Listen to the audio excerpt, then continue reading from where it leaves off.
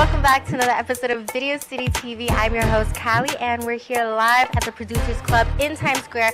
And today I have with me Dren, Starr. What's going on? What's going on? How you doing? I'm good. Thank you for stopping by. I wanted to showcase Dren Starr because I don't even know where to start.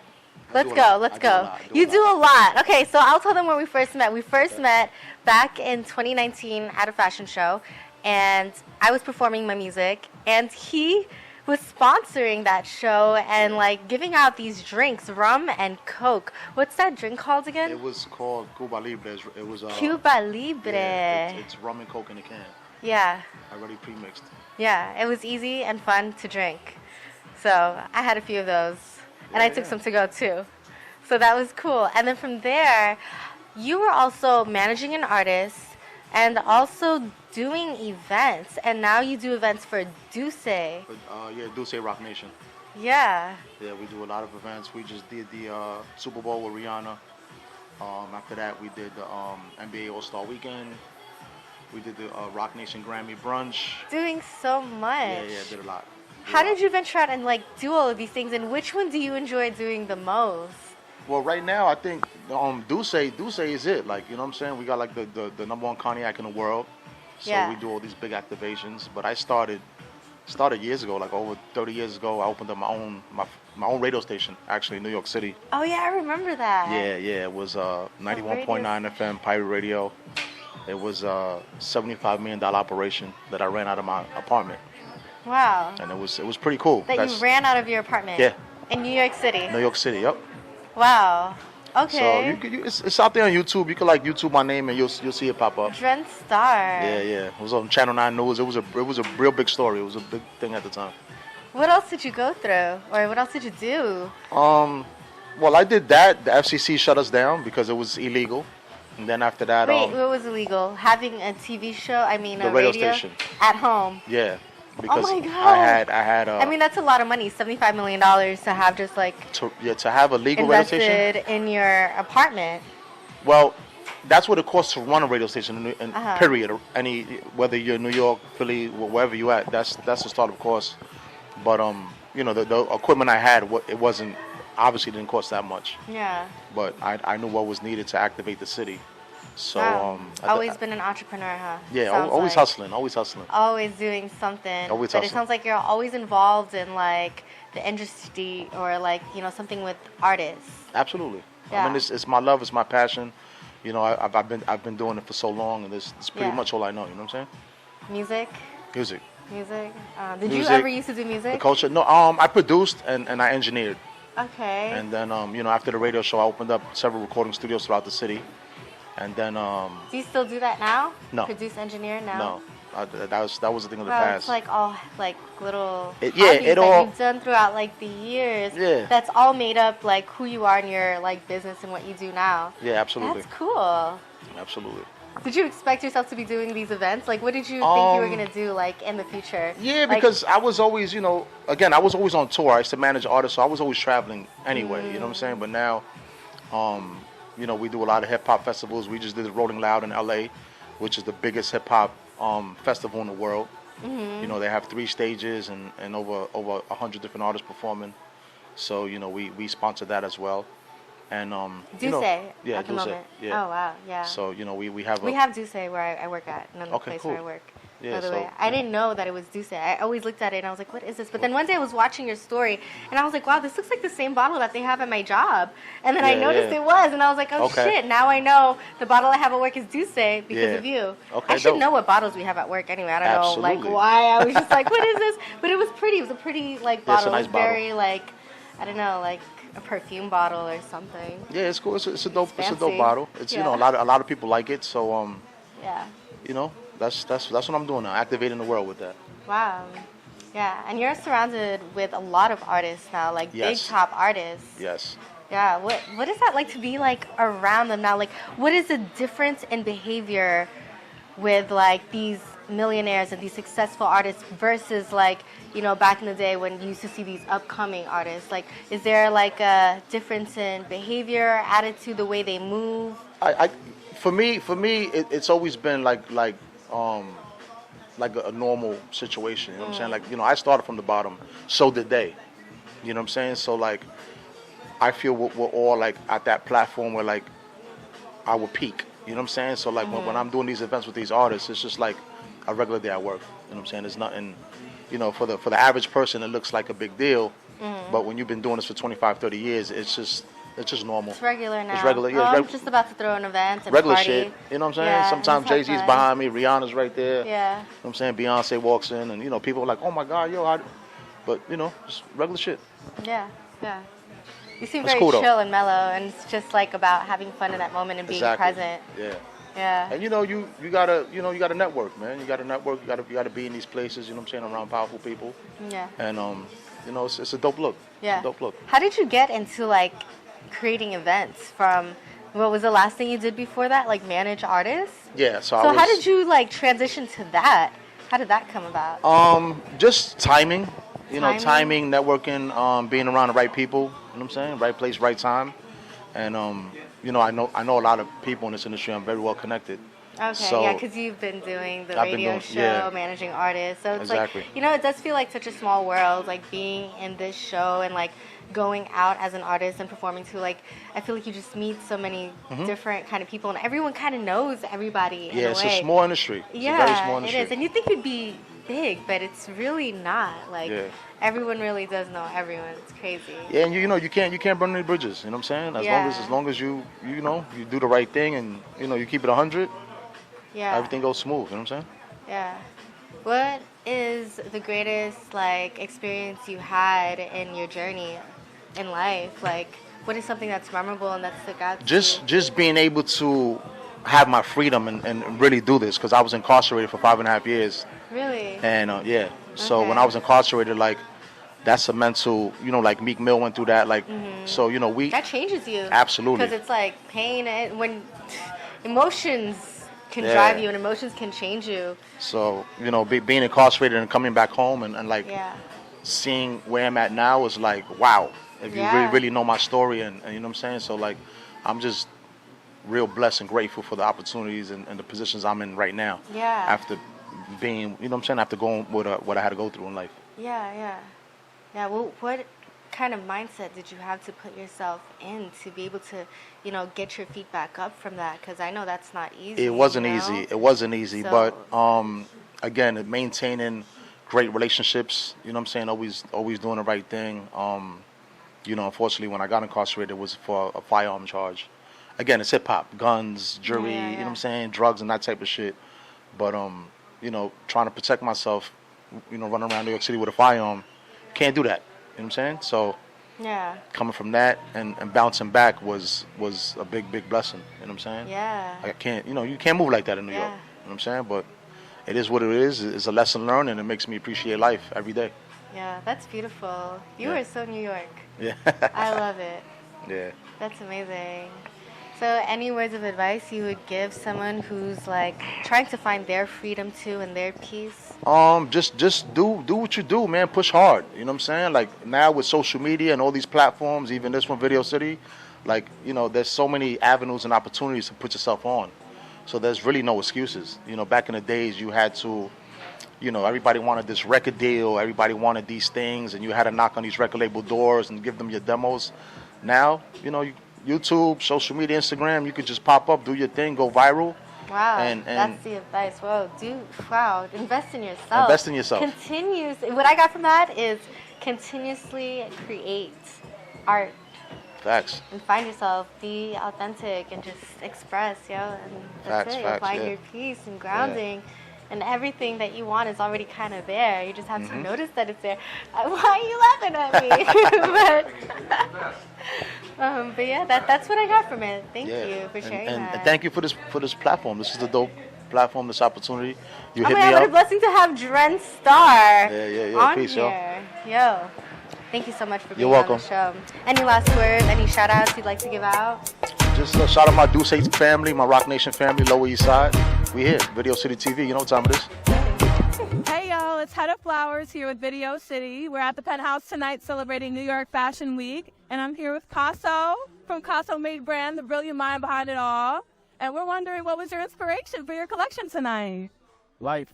My inspiration is recently like what the everyday human like wears and goes about, but derived from Picasso. So Picasso was like an experimentist, like realist, surrealism. So I applied what the normal life would be, and I guess I gradually applied with art. I'm saying it's like a living canvas. There's a lot of piecing involved. Having art form, kind of like a blended. Yeah, 100%. Takes excessive hours. You're wearing a piece. I'm wearing a piece. So this is Italian lambskin originally all black. So it took 6 hours to dye it. 6 hours, people. Pay accordingly. You feel me?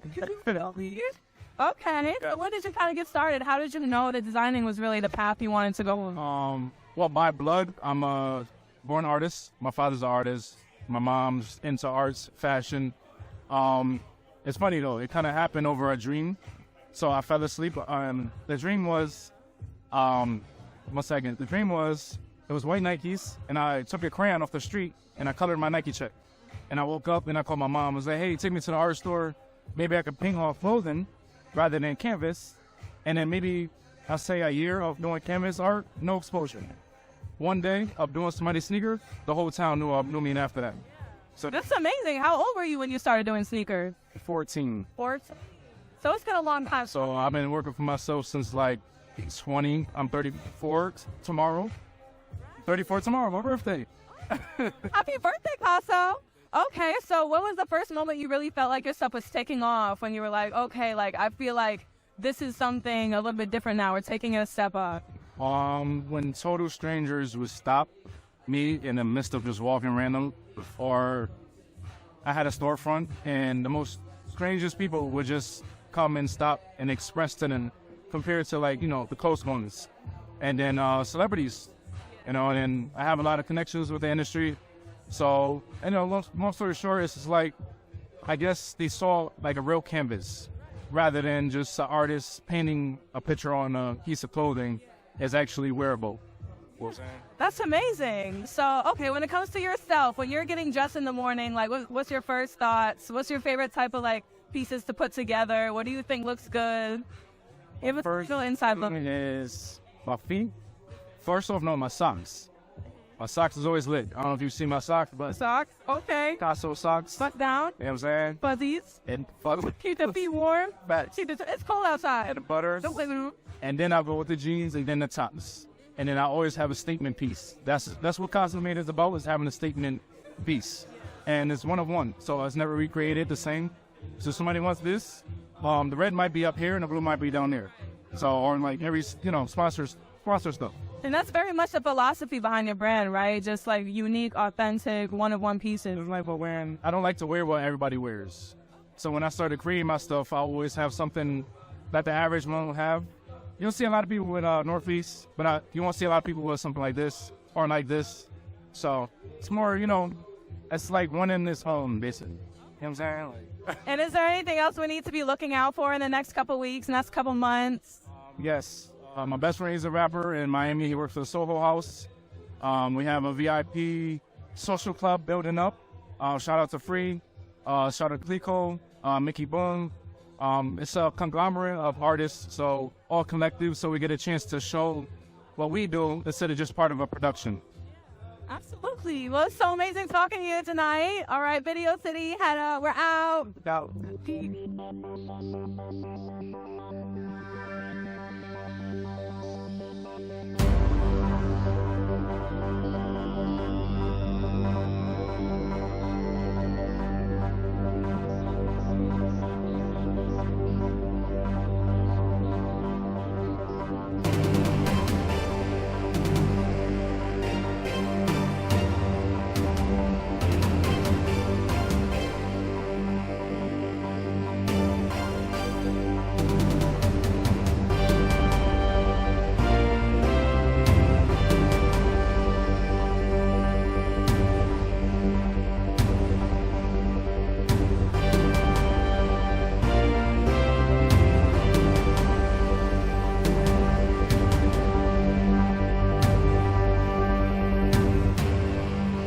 Welcome back to another episode of Video City TV. We are the #1 platform where we discover new artists for you. My name is Callie Ann, and today we got J-Bizz in the building from Boston. Welcome to Video City TV. Thank you. Welcome to Times Square. Appreciate How are you. you feeling? I'm great.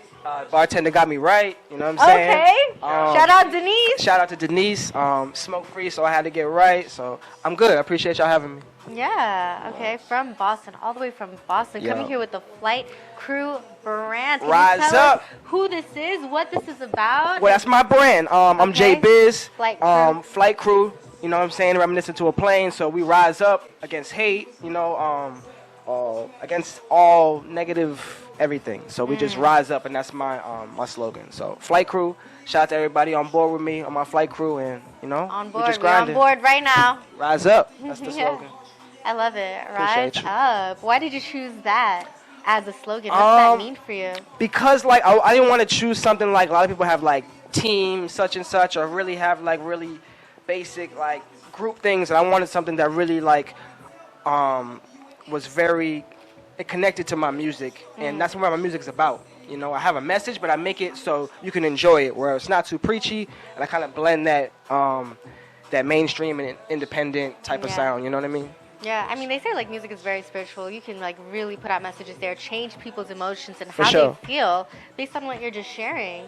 When did you start knowing that this is something that you wanted to do and take music seriously? And why? Why? Was it because you wanted to spread a message, or was it because you're like passionate about just creating, or all of the above? It was all of the above, exactly. But after like creating for a while, I wanted to just really like be a voice of the people. I wanted to make it more than just being about me and my experiences. I wanted to tell the stories about this as well. You know? Okay. So what was like the first song like for you? What did you first write about? Do you remember that? My first song, it was like a remix of DMX's like Party Up. I remixed it and I called it Pocket Full of Rhymes. And I wrote like why I have so many rhymes, or why I was better than so many artists, and Okay. it was called I Pockets Full of love Rhymes. that. That sounds like an affirmation. Yeah. Like putting yourself out there through just like words. For sure. Why you're better, like why you.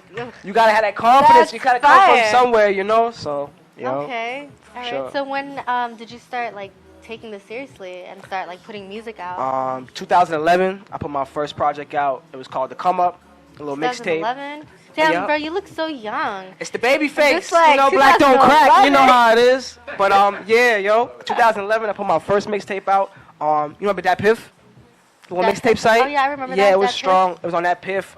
And I was just heavy in the streets, moving my mixtape units. I was still in high school. I think it was my junior Okay. year in high school, so it was real. Ever since then, I was like, yo, I can do this like forever. I love this. Like, I love this. Like, I can do it Wow. for real, for real. Okay, Yeah. damn. So do you put time aside to create, or you just like whenever you feel like it, you just do it?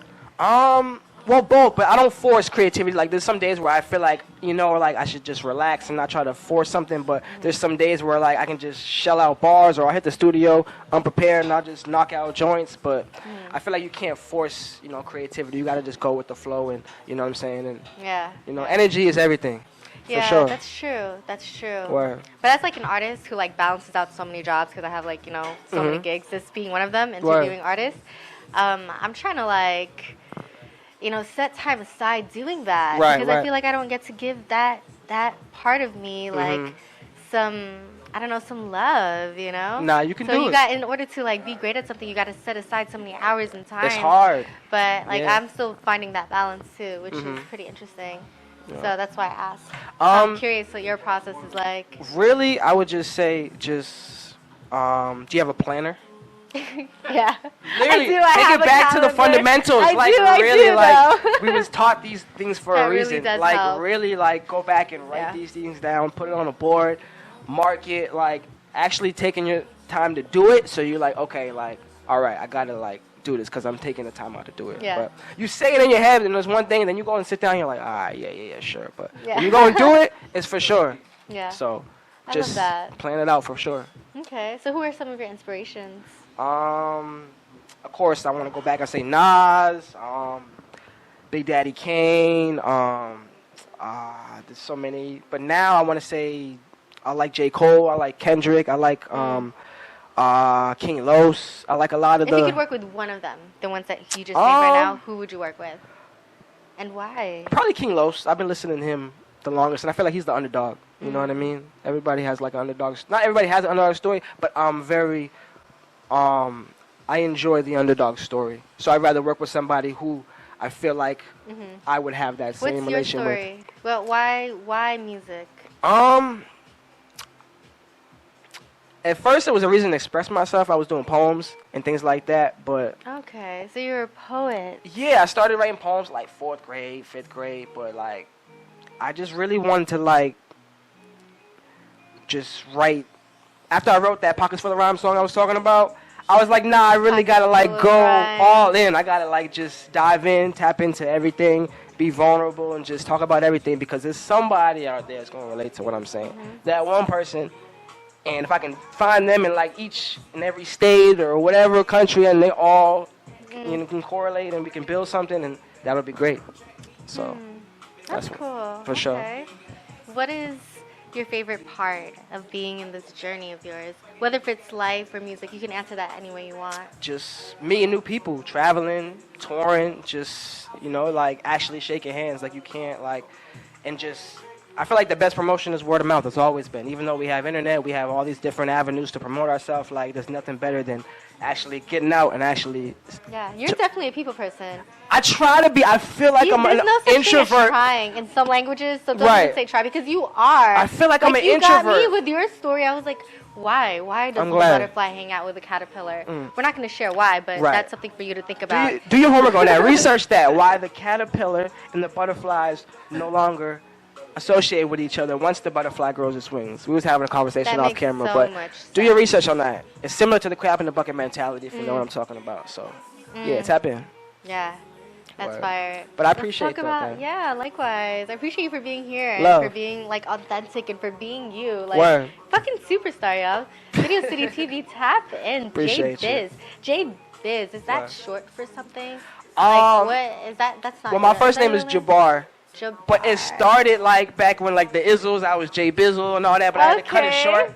But then my mom's friend, she used to call me J-Bizz because I was like, J-Bizz. I was nosy. I was always in grown Mind folks' your business. business. I was always trying to know what everybody was doing. And then I was just like, it's just something, I don't know. I just wanted to know why everybody's separating from me. What's going on? But eventually I turned into like a more business, foundation and, a real Aww. brand, a real lifestyle. And, Like crew, rise for up. sure. You know how it is. Love. So let's talk about Bloodshed because Yeah. you shared that this video has gotten reported and taken down. Yeah, Instagram took me So- down 12 hours after I posted the video. I posted Damn, the that's video not even a whole day. at like on 6 Bond's a.m. line. It was crazy.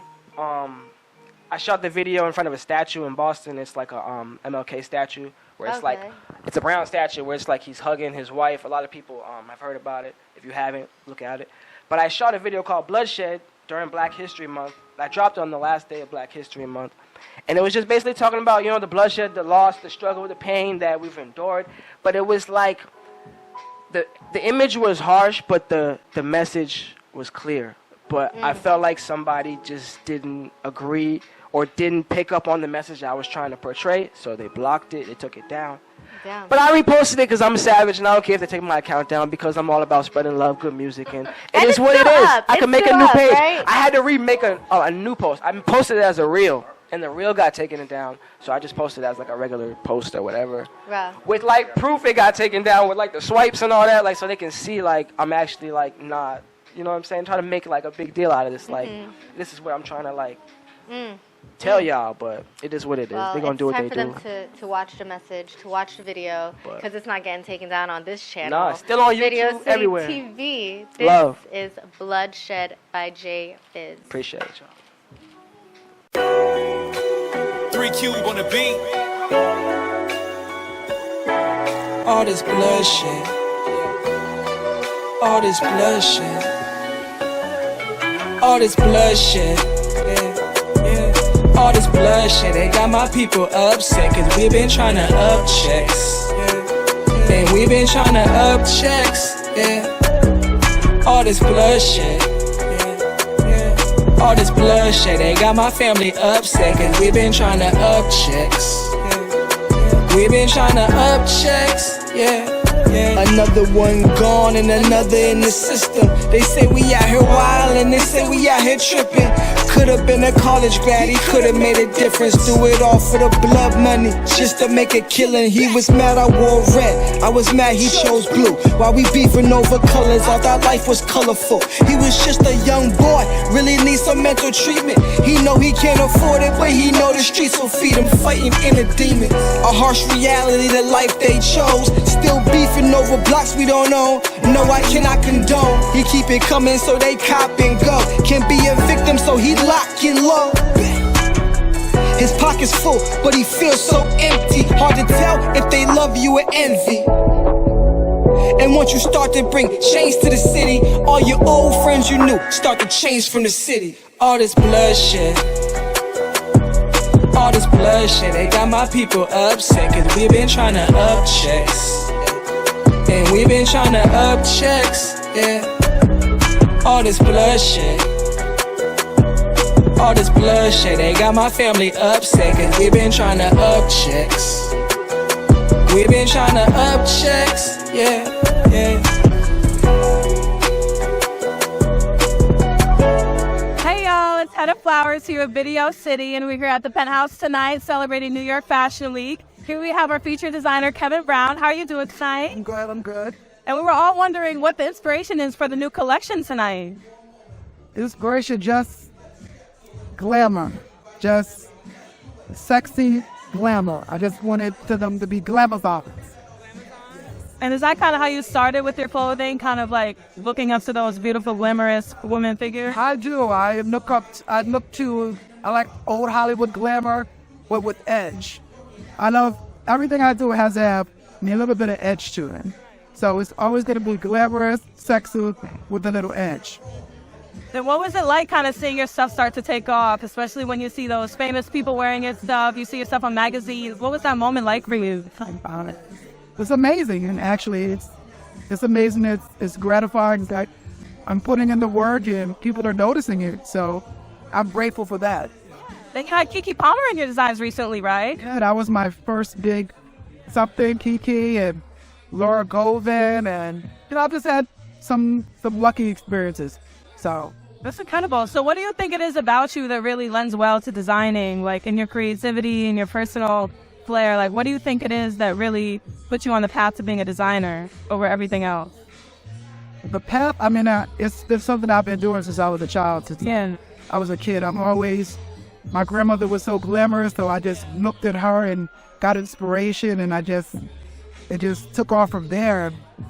I fell out of it for a little while, but I came back, and it's not like there's nothing more gratifying than doing what you love and having people respond to it the way they do. It's an amazing feeling. So it is amazing. And what do you have coming up in the next couple months and weeks that we should be looking forward to? Just this show, and you should see the big photo shoot that's coming, and hopefully some more magazine covers, hopefully some more celebrity clients. We'll see. Yeah, no, we'll see you on the front page. All right, Heta Flowers of Video City. Good to see you tonight. Peace out.